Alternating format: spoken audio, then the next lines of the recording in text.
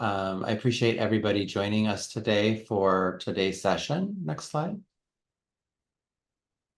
As Sarah mentioned, this is part 3 of our 5-part series on the use of immunotherapy for liver cancers. And today's session is going to be translating data into practice, the role of immunotherapy in the management of advanced HCC. Next slide. I'll introduce myself. So my name is Adam Burgoyne. I'm a medical oncologist at UC San Diego. And I'm joined by my friend and colleague, Dr. Kelly, who I'll let introduce herself.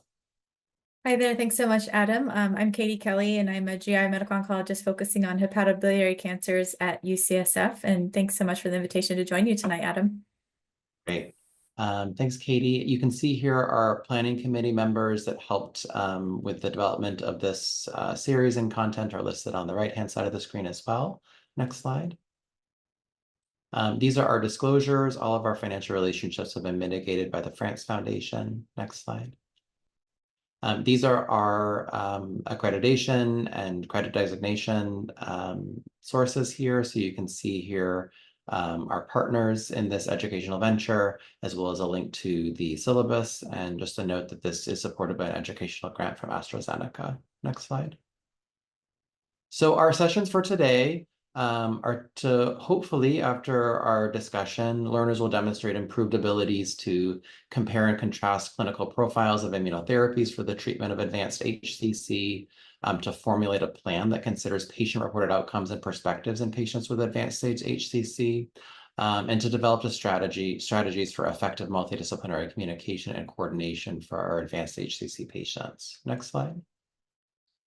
So our agenda, we've done our introduction. So we have a content portion of the evening, which is really assessing and managing guidelines for advanced HCC, talking about staging, our main immunotherapy treatment options for our advanced HCC folks, a brief review of molecular testing in HCC. We'll have a bit of a summary and update on preferred immunotherapies for HCC and where our field is heading, summary of previous findings, long-term real-world and patient-reported outcomes.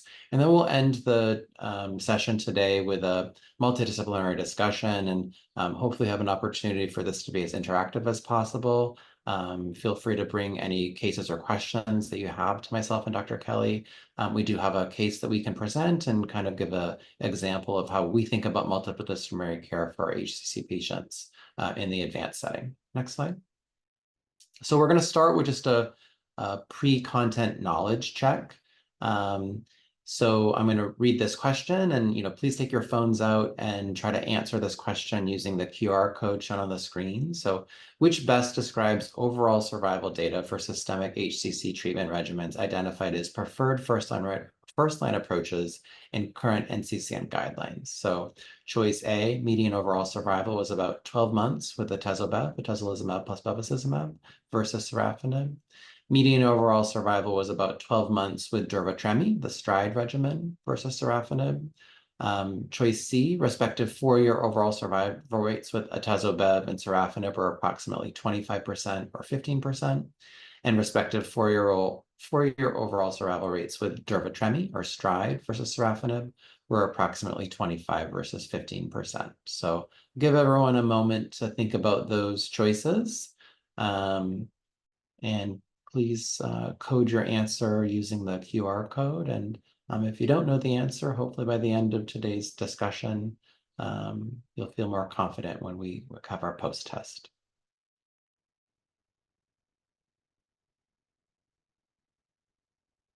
Give everyone just another moment.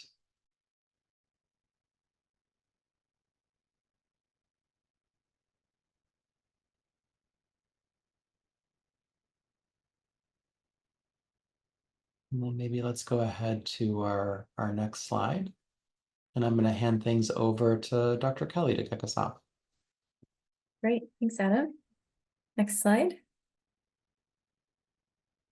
So we're focusing here on advanced HCC, and I think many of you have heard earlier segments of this educational activity that focused on earlier stages as well as leading to the diagnosis and staging of HCC. So here we'll take off from a screenshot of the NCCN guidelines, from a case from the setting of a confirmed setting of HCC. And just as a quick reminder for those of you who weren't on the prior sessions, that HCC can be diagnosed radiographically in the appropriate context. Appropriate context means someone who has known underlying liver disease, such as hepatitis B, hepatitis C, or fibrosis or cirrhosis from other causes, sort of in a nutshell. In those cases who have known underlying liver disease, if a tumor in the liver has appropriate radiographic characteristics, that is arterial enhancement and portal venous washout on a 4-phase or at least a 3-phase imaging study, often measured by what radiologists now call the LIRAD system. So LIRADS 5 would be considered diagnostic for HCC. In those patients with confirmed underlying liver disease and a LIRADS 5 imaging, we don't necessarily need to biopsy HCC to proceed with systemic therapy or other treatments for HCC. However, as oncologists who see a lot of HCC and cases that are called HCC that don't end up being HCC, we always want to remind people that when in doubt, get a biopsy. And if the imaging does not meet LIRADS 5 criteria, or if the patient really has 0 risk factors for HCC, a biopsy is generally a good idea in a patient who might be fit for systemic therapy, particularly patients who could have underlying cholangiocarcinoma, which is treated very differently. So starting with this left box outlined in blue, assuming you've either confirmed a diagnosis of HCC, either radiographically or histologically with a biopsy or both, the next step is to perform a multidisciplinary evaluation. In HCC patients in particular, it's really important to assess the underlying liver disease because it's such a common comorbidity to have fibrosis, cirrhosis, viral hepatitis. And so this includes viral hepatitis panel and appropriate treatment if patients are positive for Hep B or Hep C, as well as assessing their liver function either with Child-Pugh or MELD or ALB scores, which are composites of clinical as well as laboratory parameters in most cases, and then staging for extent of disease, including chest imaging, either bone scan or PET imaging if there's concern for bone metastases, such as patients with significant focal bone pain or a finding that's suspicious on their cross-sectional chest or abdomen imaging. And really importantly, with the abdomen and pelvis CT in the footnotes of the NCCN guidelines, it's very clear to remind people to get quad phase or multi-phase. At your local imaging facility may have several different names for this, but the point is that we need arterial and venous phase, portal venous phase imaging to appropriately measure the capture the contrast phases in a liver tumor. And then the branching algorithm takes us to patients with potentially with earlier stage disease, with this upward arrow highlighting patients with resectable or transplantable or operable tumor burden in the top, which again have been covered in earlier sessions. Liver confined sort of intermediate stage disease in the middle, also covered previously. And then in the red box, what we're talking about today, patients with more advanced stages, either largely extrahepatic or metastatic disease, which are advanced stage. But as we go to the next slide, we'll also highlight that patients with intermediate stage may also be eligible for systemic therapy. So this slide is an important one to pause on. This shows a very widely used liver cancer staging algorithm called Barcelona Clinic Liver Cancer, or BCLC. That's pretty well known throughout the world. And BCLC divides patients simplistically into early stage, which is tumors that are usually curable with some sort of liver surgical modality, intermediate stage that are too many tumors to be cured by transplant or surgery, but can be treated locally, advanced stage BCLC-C, which are tumors that have spread outside the liver, either in a blood vessel or in a lymph node as shown here, or frankly metastatic disease. And then terminal stage BCLC-D encompasses those patients who have end-stage liver function represented in the cartoon here with a cirrhotic, fibrotic liver that are really not usually candidates for therapy and need to undergo best supportive care, palliative care. And I just want to highlight this red box here around advanced stage. Historically, we reserved systemic therapies for advanced stage patients that were truly metastatic or had extensive vascular invasion because our systemic therapies weren't very good. But now with the advent of combination immunotherapies and the recognition that this intermediate stage box to the left, the BCLC-Bs, is a really heterogeneous group ranging from 5 or 6 tumors like shown here to say 20 tumors that can also be still confined to the liver technically, but way too many to do Y90 or TACE or radiation or any liver focal therapy. We need to have this red box encompassing those more advanced intermediate patients, especially as our systemic therapies are more efficacious. Based on the efficacy of our systemic therapies and the fact that there are these much more advanced intermediate stage, sort of the advanced side of intermediate stage patients, the guidelines, including BCLC and NCCN, now include the more advanced intermediate patients for systemic therapy treatment algorithms as well. So next slide. So this is another snapshot of the latest NCCN guidelines, where we take the clinical presentations that we're again focusing on today are definitely the extrahepatic and metastatic stage 4 patients, but also those extensive intrahepatic, the more advanced of the intermediate patients that then can be considered on a systemic therapy pathway. We do, as mentioned earlier, we do prefer to get a biopsy in these patients to confirm the histology before embarking on systemic therapy. It's not mandatory for patients who have a clear-cut radiographic diagnosis, but it is a good idea in patients who have any borderline features, or if it's needed to confirm whether a tumor has metastasized or not, if it's equivocal radiographically. And then systemic therapy is shown here in the red circle as the best option for patients who are fit for treatment. Clinical trials, of course, are always recommended if available, because while we've seen great advances, we still have a long ways to go. Next slide. So just to pause a moment, we talked about biopsies a moment ago on the last slide.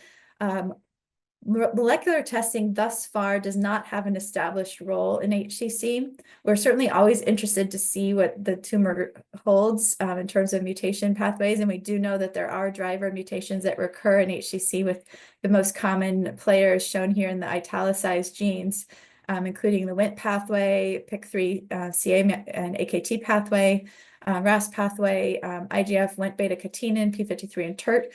But unfortunately, there's a reason that we don't recommend systemic, rather tumor next generation sequencing as a whole, because none of these common mutations have a readily available targeted therapy associated with them. And so while these are drivers, they are not actionable to date. There are a couple of clinical trials coming down the pike looking at targeting several of these particular pathways, but none of them have established themselves as approved treatments to date. So right now, I think Adam and I both would agree, and the NCCN guidelines as well, would support doing molecular profiling on a case-by-case basis. I do it in patients with atypical histology, as mentioned here, patients for whom we suspect that there could be a combined cholangiocarcinoma component, either based on the histology or based on the imaging.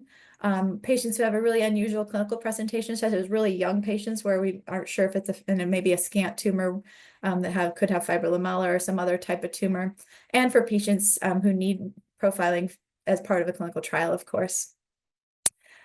There's also not much data that HCCs are hereditary, so there's not a general recommendation for germline testing, but certainly if you have a patient that has a strong family history with multiple first-degree relatives or multiple tumors in one patient, I do send them for germline testing, again, on a case-by-case basis, not as a routine.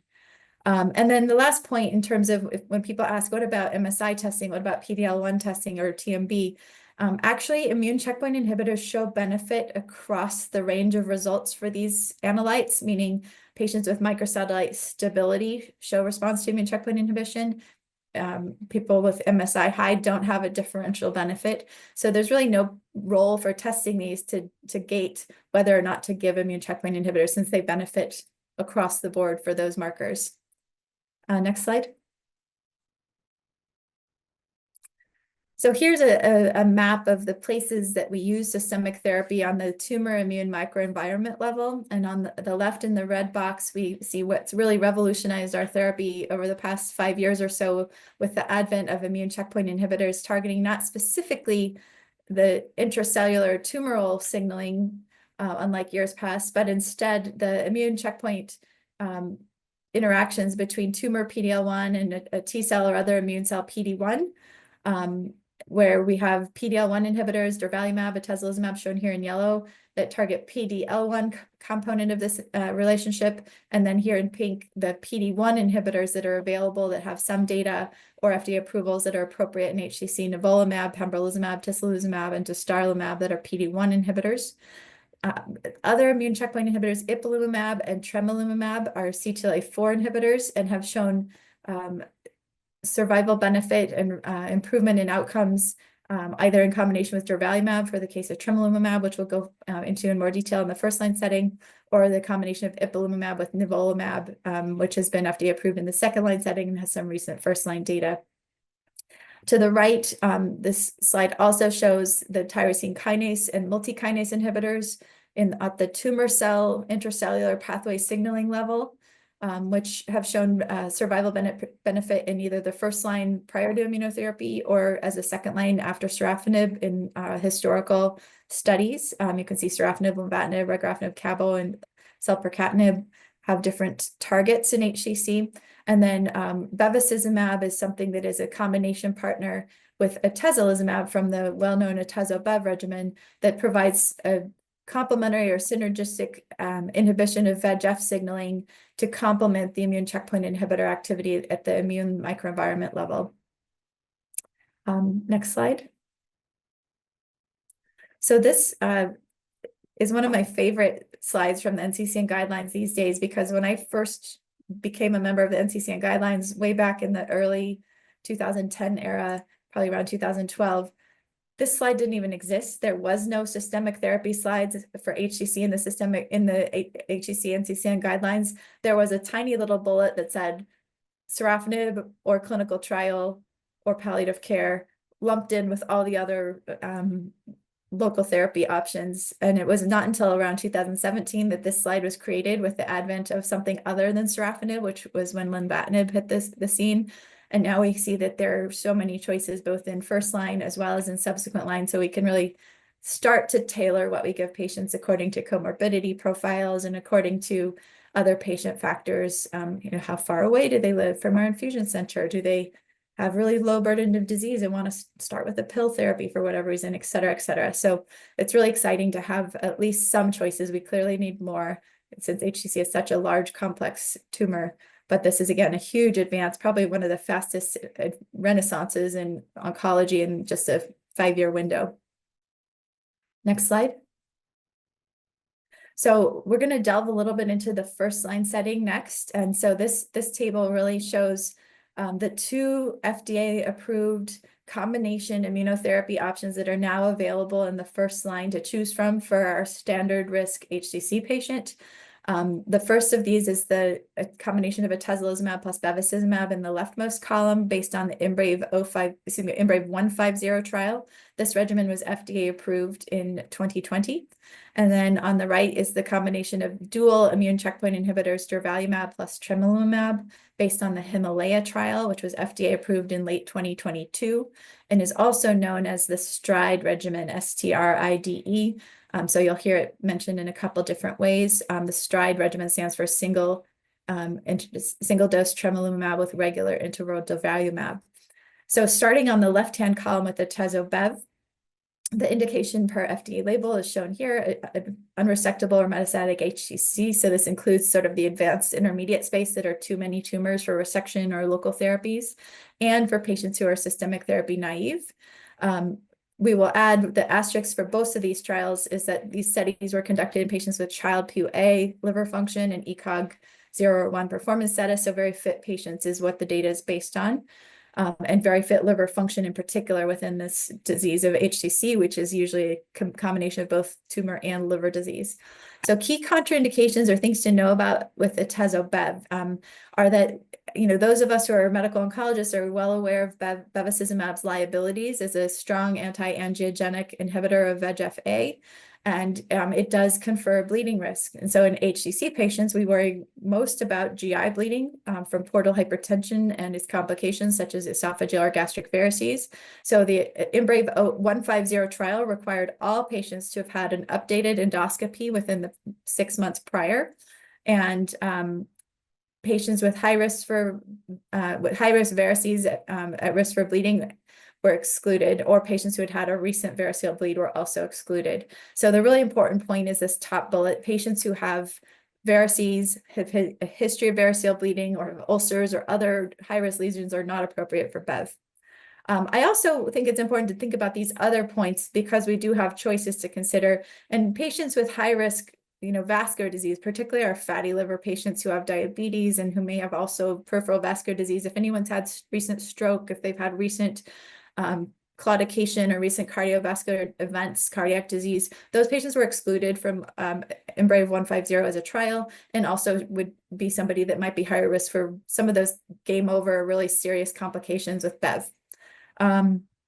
Others, not necessarily absolute contraindications, but relative contraindications would be high-grade proteinuria, such as in a diabetic patient, someone with really labile hypertension. We know bevacizumab can be difficult to manage in those patients. And then really importantly, this last bullet is true for really any immune checkpoint inhibitor, that they are relatively, if not absolutely, contraindicated in patients with prior liver or other organ transplant, because there's a very high risk of rejection. And in the case of liver, acute rejection is terminal because people can't be retransplanted when they have advanced liver cancer. For the atezo-bev regimen, it's important to note that immune-related adverse reactions can happen. There's about a 10% chance of needing high-dose steroids to treat them. Infusion-related reactions can happen with any monoclonal antibody, and there can be risk of birth defects. These drugs have not been studied in the setting of pregnancy. Common side effects in atezo-bev include hypertension, fatigue, and proteinuria, largely related to the BEV component.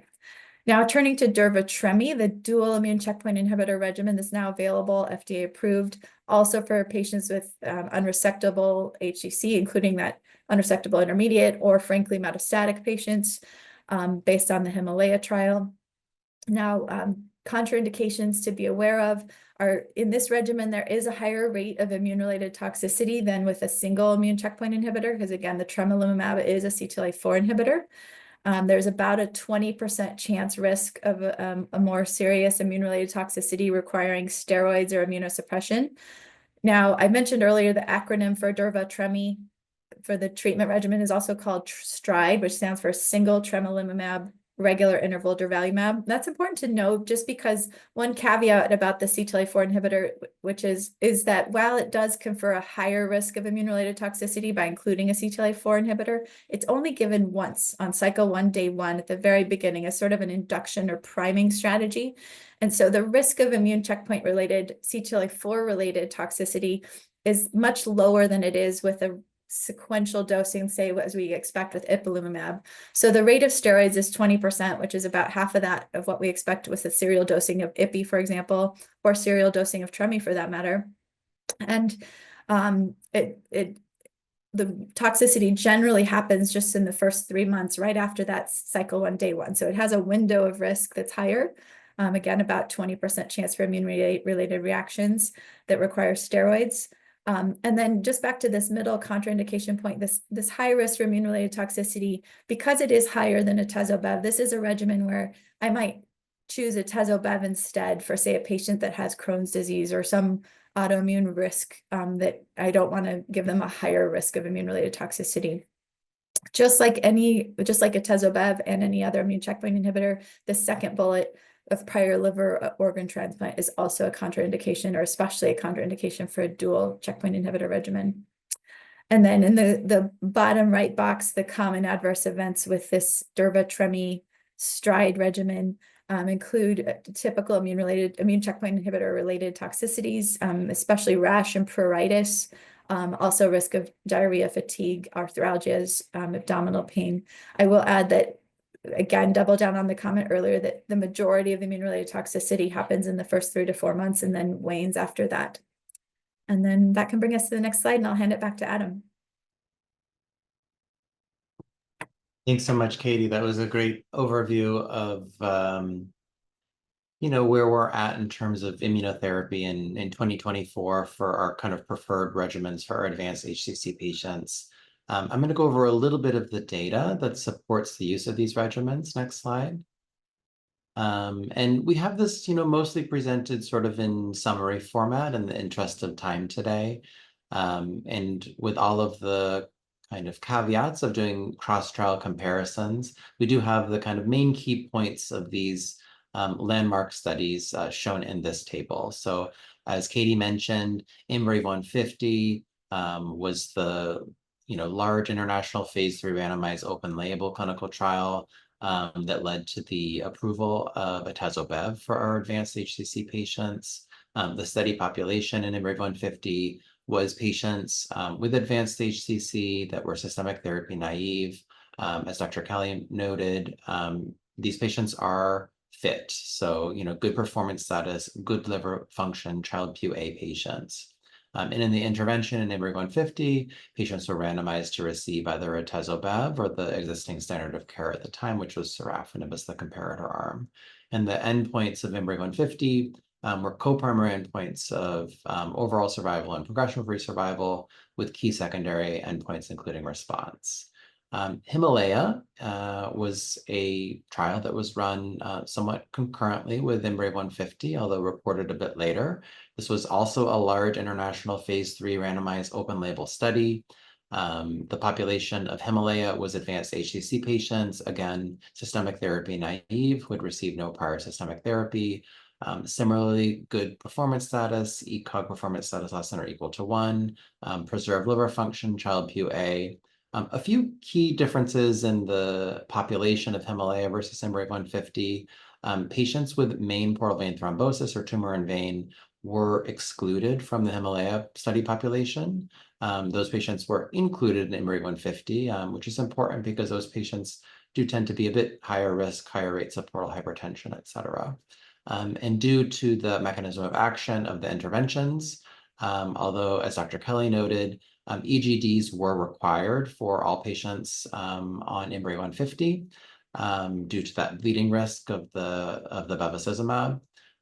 Patients enrolled in Himalaya were not required to have pretreatment EGDs. And again, that intervention, this study was a bit more complex with multiple arms, but the purposes for today's discussion, really we were comparing the two arms of the STRIDE regimen, which is the dual immune checkpoint blockade of tremelimumab plus durvalumab, in comparison to our, again, prior existing standard of care at the time, which is sorafenib. There was also a durvalumab monotherapy arm. You can see here that the primary endpoint was the overall survival of STRIDE versus sorafenib. However, additional secondary endpoints included overall survival of durvalumab monotherapy versus sorafenib, and then other secondary endpoints were PFS response rates and duration of response. Next slide. So let's talk a little bit about kind of the top line data of these two studies. So, we can cut to the chase a bit in terms of what's highlighted in red here. Both of these studies did meet their primary endpoints. These were positive studies, which led to the FDA approval of these regimens for our patients with advanced HCC in the frontline setting. If you look at the IMbrave 150 data, the median overall survival for patients treated with atezo-bev was 19.2 months versus 13.4 months in the sorafenib comparator arm. Reminder that this did have co-primary endpoints of OS and PFS. The PFS endpoint was also met with a median PFS of 6.9 months with atezo-bev versus 4.3 months with sorafenib. The response rate by RECIST 1.1 with IMbrave 150 for the atezo-bev arm was 30% versus 18% with sorafenib. The number of patients that withdrew due to AEs was 22% with atezo-bev versus 12% for sorafenib. We do worry about hemorrhage in all of our patients across oncology treated with bevacizumab. Thankfully, due to the sort of safety built in of requiring patients to have EGDs prior to therapy or prior to eligibility screening, the rates of treatment-related hemorrhage were actually quite low in the IMbrave 150 study, even in those patients treated with atezo-bev, 1.2% treatment-related hemorrhage to esophageal variceal bleeds.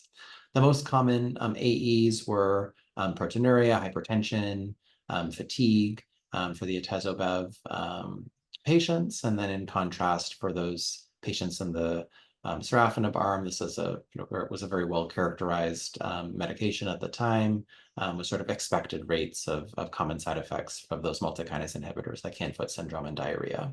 If we shift gears a bit to Himalaya, this was also a positive study meeting its primary endpoint, again, comparing STRIDE to sorafenib, with a median OS of the patients treated with STRIDE of 16.4 months versus 13.8 months for patients treated with sorafenib. You can see here in this graph, or I'm sorry, in this chart, we also do have the durvalumab monotherapy patients listed. Durvalumab monotherapy was shown to be non-inferior to sorafenib, with a median overall survival of 16.6 months numerically versus 13.6 with sorafenib, as I noted earlier. You can see the PFS here. Median PFS for patients treated with STRIDE was 5.4 months versus 5.6 with sorafenib. Objective response rate was 20% for patients treated with STRIDE versus 5% for those treated with sorafenib, 17% for the durva monotherapy arm. Withdrawal due to AEs, 14% for STRIDE, 16.7%, 16.8% for sorafenib. Again, low rates of hemorrhage in this population, in part because we were not using an agent that induced bleeding, but again, also those patients with main portal vein thrombosis were excluded from the study. Most common AEs, as Dr. Kelly noted, for patients treated with STRIDE were really these immune-related adverse events, with pruritus and rash being very common, diarrhea and other immune-related adverse events as well. And then again, sorafenib seeing sort of expected adverse events that we would see with these multikinase inhibitors. So just to kind of summarize, 2 positive studies, both in their own independent study designs showed an improvement in overall survival in comparison to sorafenib, which led to their approval and now routine use for our advanced HCC patients. Next slide. Let's talk a little bit about safety. So for the medical oncologists on the call, I think we're all very familiar with immune-related adverse events in 2024, with really the advent of immunotherapy transforming how we think about administering anti-cancer medicines to our patients, and the resultant complications of doing so. So these are really itises or inflammatory events of any organ system. When we were first starting to think about using immunotherapy in the HCC space, as Katie noted, many of these patients have comorbid liver dysfunction as part of their etiology of developing HCC, and people were worried that we might see very high rates of immune-related hepatitis in the HCC population treated with immune checkpoint inhibitors. Thankfully, that has not borne out to be the case, although we do see immune-related hepatitis in our HCC patients treated with immunotherapy. These are often low-grade events that can be managed with transient hold of immunotherapy. There are patients that have higher grade 3 or 4 events that require the use of corticosteroids. Those rates are a bit higher with those treated with dual immune checkpoint blockade, as Dr. Kelly noted, about 20%. I would say, generally speaking, however, we have become quite familiar with immune-related adverse event management in solid tumor oncology. Next slide. This is probably review information, again, for those of you that routinely use immune checkpoint inhibitors in the clinic, but this is kind of schematic of the sort of multi-pronged approach that we use to make sure that patients are educated prior to receiving immunotherapy, both patients and their caregivers to know the warning signs and sort of the unpredictable nature of immune-related adverse events, that those any signs or symptoms of immune-related adverse events are identified early. A lot of collaboration involved, particularly for high-grade events, depending on the organ system involved.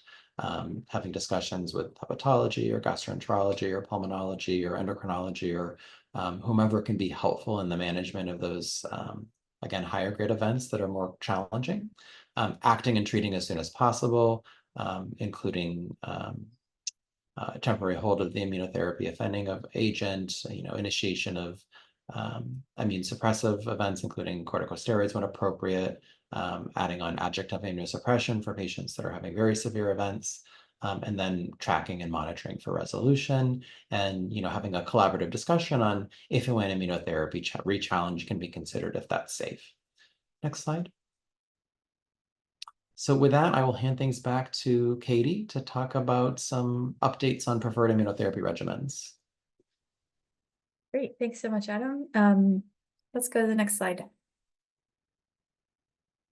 So one piece of data that was presented at ASCO, actually at GI Cancer Symposium, excuse me, in the June of 2023 was the 4-year data from the Himalaya trial, which basically showed us a really exciting trend with the curves here, where we're looking at the long-term durability of survival and ongoing treatment benefit for patients treated with the durva-tremi stride arm versus sorafenib, and the stride arm is shown in blue and the sorafenib arm, control arm, is shown in red. And what we can see with these separation of the curves, that rather than being sort of a temporary benefit, we're seeing signs of a true or durable immune response, and that as far out as 48 months, these patients with predominantly metastatic and advanced intermediate HCC are surviving at a rate of 25% at the 4-year mark, and circled with the 48-month OS circle,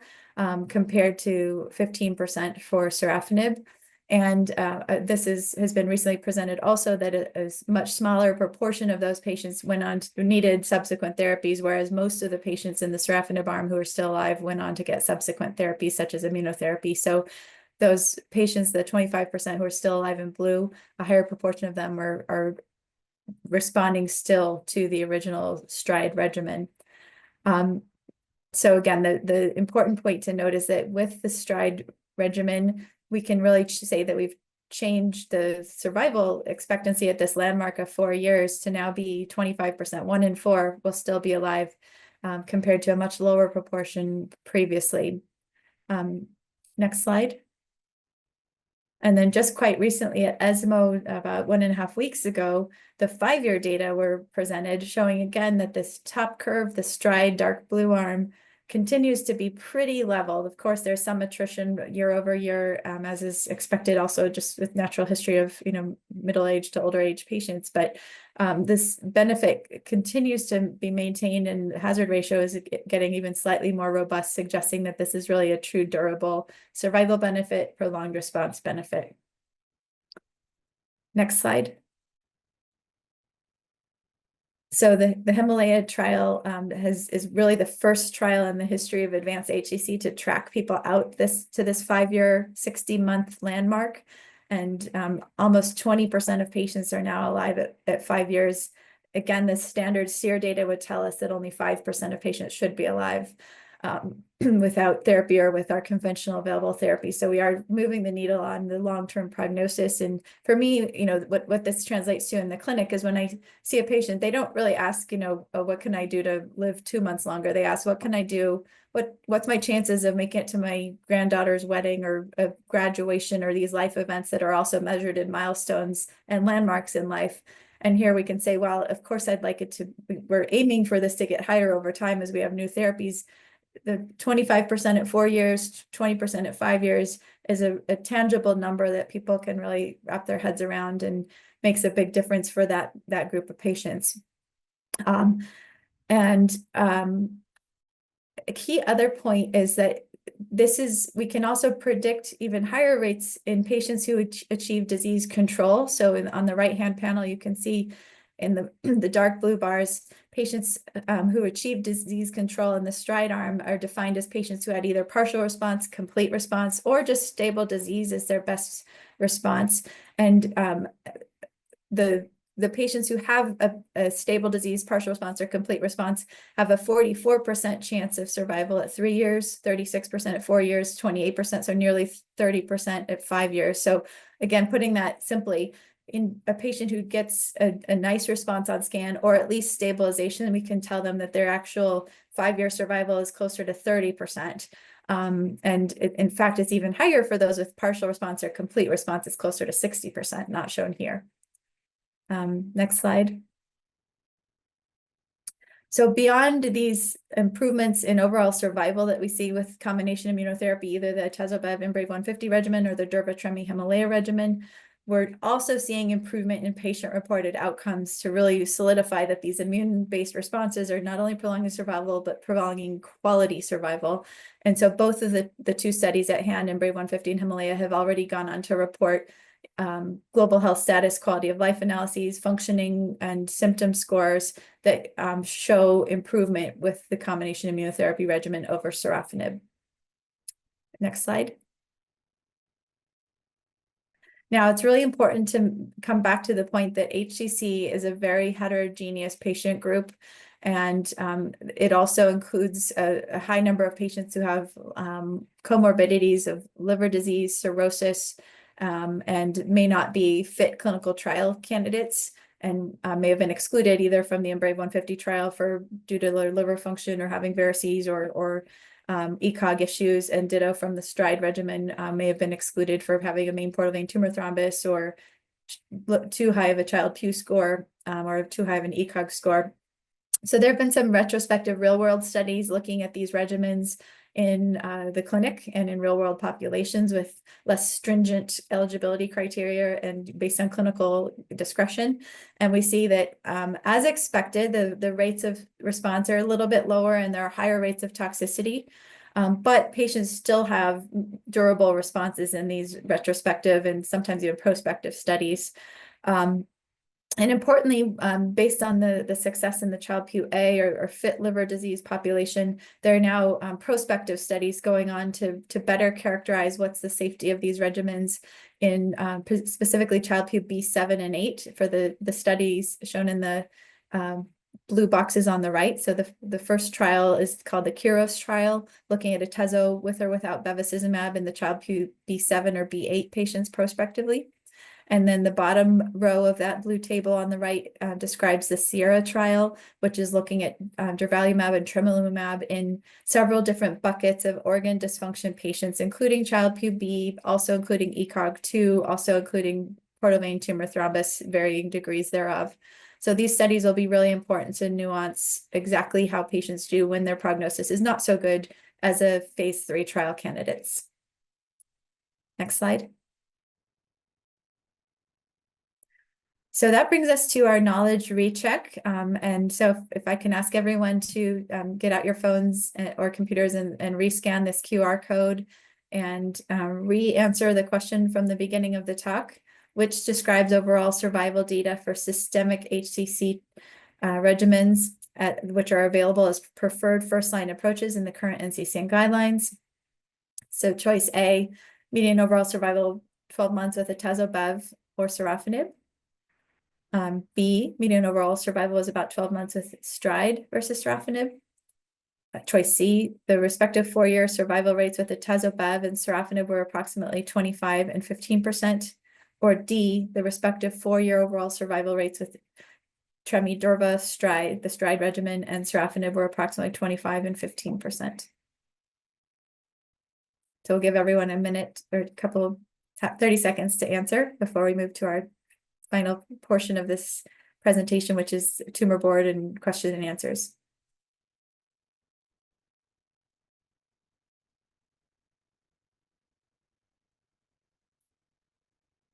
And Adam, I'll turn it back to you.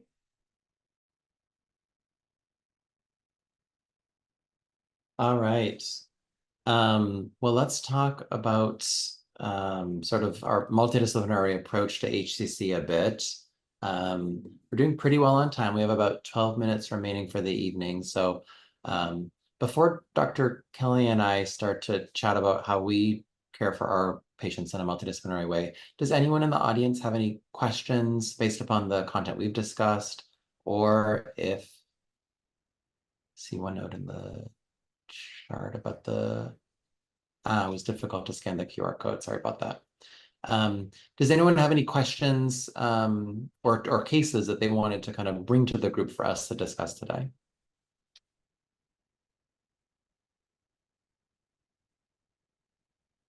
If not, we can launch into our content a bit. Next slide. So these are just some kind of points that we think about in how we do multidisciplinary HCC care. So, you know, as we discussed at our initial introductions, I'm in San Diego, Dr. Kelly's in San Francisco.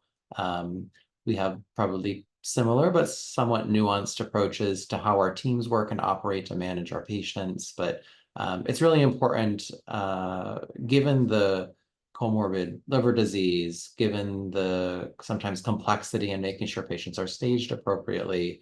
As Katie mentioned, some of those patients that have this very heterogeneous group of intermediate stage HCC are those patients best served by local regional therapy or by systemic therapy, that we have all the kind of relevant players in the room. So medical oncology, interventional radiology, transplant hepatology, surgery, palliative care, radiation oncology.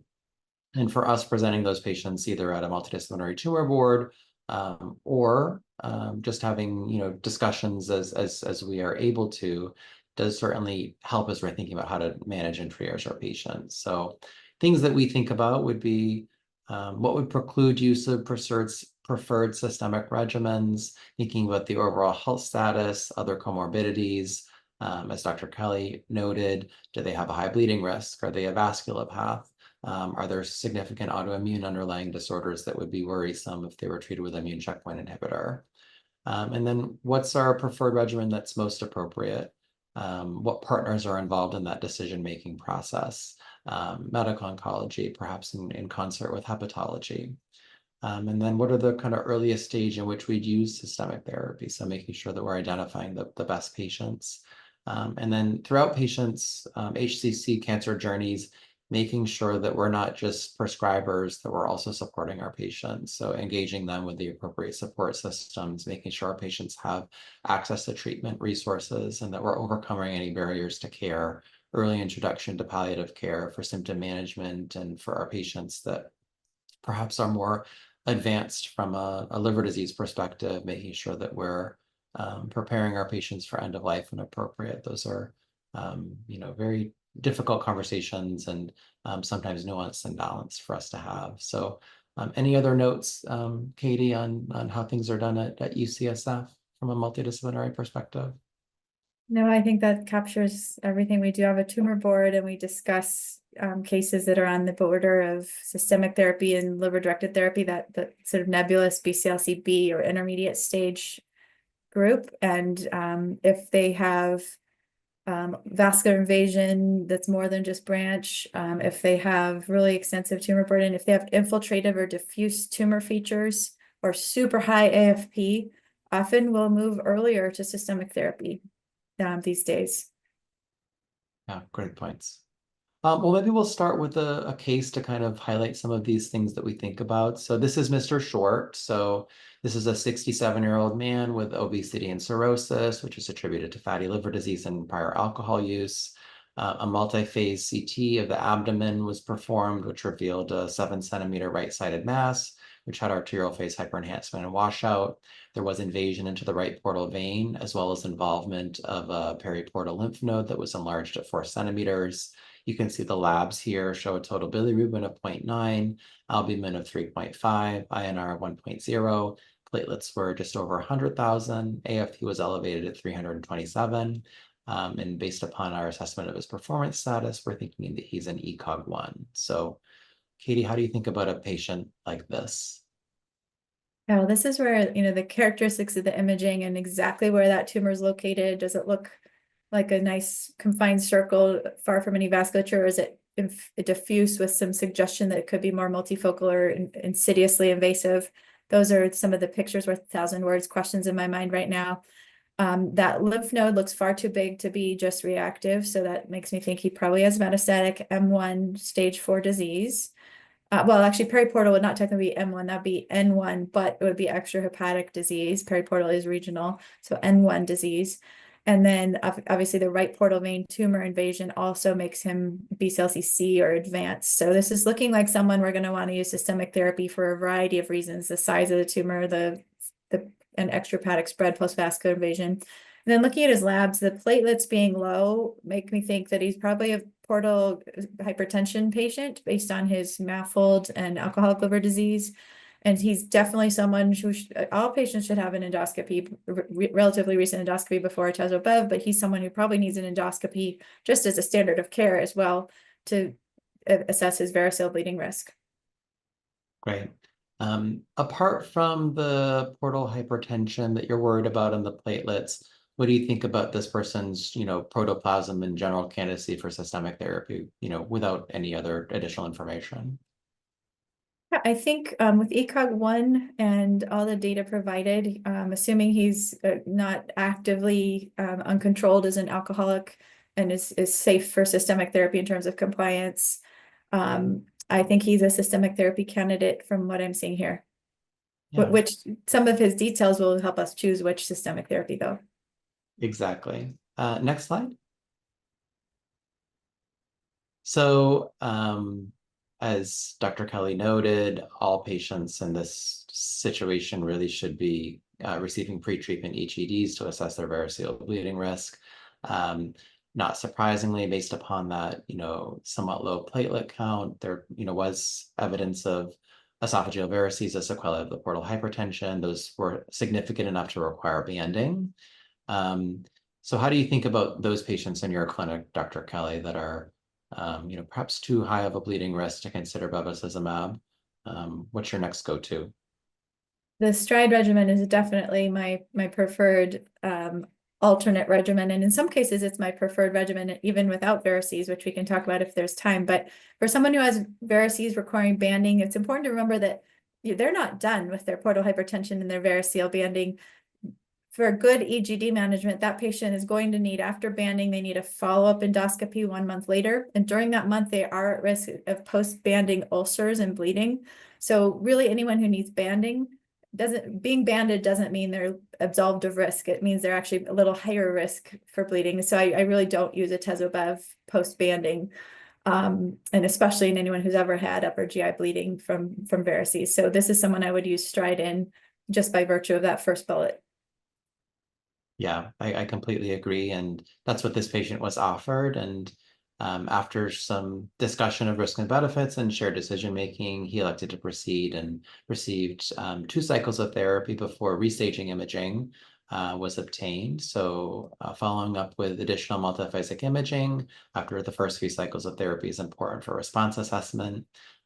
Thankfully, this patient was one of our early responders, 35% reduction in the size of his primary liver mass, decrease enhancement in the right portal vein. And from a tolerance perspective, Mr. Short's doing okay in the short run. He was having some diarrhea. It was initially controlled with an over-the-counter antidiarrheal, but then eventually progressed to 7 to 10 bowel movements per day. So, Katie, I'm sure you see these patients in your clinic all the time. How do you think about someone like this? So I'd say first, based on that fourth bullet, to get a partial response is a really good sign. I probably didn't say it as eloquently as I could have on the earlier slides, but if you stratify the 4 and 5 year stride outcomes according to whether patients had response, stable disease, or progression, those patients with stable disease and response have much better 4 and 5 year survival outcomes than patients who had progression, which stands to reason, but it really tells you that at that 2-month mark, especially when someone's facing a toxicity issue, you can say, you know what, you're in a good place because you've had this response and your outcomes are immediately much better. And one thing that's nice about the immune-related toxicity, which I'll talk to you about a little bit more, is that having immune-related toxicity actually correlates with slightly better survival outcomes as well. The immune activation process for some of the toxicities correlates with on-target activity as well, with the immune response wise. And so having this as well, it's dangerous, particularly in an elderly patient with comorbidities, to have immune-related colitis, if that's what this is. Needing a break in therapy is not a deal breaker in terms of him continuing to maintain that response. Even if he never goes back on treatment, those responses can still be maintained. And he can also potentially go back on durvalumab once the colitis or diarrheal toxicity is resolved, because as again, back to the point of how stride is given, it's just a single dose of the tremelimumab, so that the toxicity is really loaded up front into those first 3 to 4 months. And so someone like this who gets a diarrheal toxicity if they recover well, we can consider re-challenging them just with the durva alone later, again, depending on how severe it was and how well they recover. Yeah, exactly. And in terms of managing this, potential immune-related colitis, obviously we need a little bit more information here, making sure that they were maximizing supportive care, Perhaps we could get this person over the hump with just a treatment hold, making sure that they're taking their loperamide sort of as instructed to minimize the amount of fluid loss that they're having. Perhaps we could decrease the number of bowel movements they have with that alone. Of course, if this became uncontrolled or more severe, considering corticosteroids for those patients. And then as Dr. Kelly noted, thinking about when, if this cools off, we can, potentially re-challenge with durvalumab when that's appropriate. But I totally agree with you, making sure that patients understand this isn't a deal breaker in terms of their long-term outcome. And also for the reasons that you noted, this person's actually in a really good place right now and that they've had such a rapid response and that maybe this immune-related adverse event can correlate with a longer-term benefit. I will Next. interject though, Adam, just to add though that I do think, especially with colitis, that early intervention with steroids is a good idea if you see something escalating sort of 0 to 60 really quickly. Someone has no diarrhea and then goes to 10 a day, then 15, or if they have systemic symptoms like fever, blood or mucus in the diarrhea, because you want to abrogate that immune cascade in the gut as quickly as possible if that's what it is. So I think especially if there's a high index of suspicion, like there would be in the first 3 months of a regimen with a CTLA-4 inhibitor, early colonoscopy, early sigmoidoscopy, and early steroids is a good idea too. Because I have had some that are quite serious colitis cases with tremelimumab. Yeah, I totally agree. I think we have quite enough information to see like how high grade this person is, but yes. And even if they are on the borderline, I think that's a great point. Watching these people very closely. This isn't a return to clinic in 4 months with no follow-up kind of a person. I mean, we need to make sure that we're watching these things quite closely. And you can get a sigmoidoscopy even if you can't get an immediate colonoscopy, at least to get an initial biopsy. Exactly. All right, next slide. I think that brings us to the end. I hope that everybody enjoyed our session tonight, both the didactic content and the discussion. Sure you all want your CME credit for your participation tonight. So those instructions are shown here with the QR code, as well as how to develop an action plan and register for the next session. If you have any questions, please reach out to Sarah for any additional steps. And I just want to thank everyone for their attention and especially thank Dr. Kelly for joining me tonight and co-moderating our session. Thanks so much, Adam. And thanks to the ECHO sessions planners.